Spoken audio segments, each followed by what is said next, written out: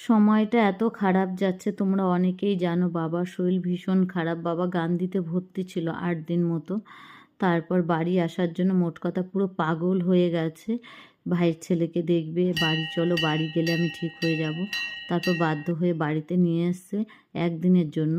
তো কালকে আবার কলকাতা নিয়ে যাবে, আর ওদের পরীক্ষা চলছে। গান্ধিতে আমি বেশি দিন যেতে পারিনি, 1 দিনই গেছিলাম, কারণ ওই পরীক্ষা প্রতিদিন, আর ওদের নিয়ে যেতে পারছি না।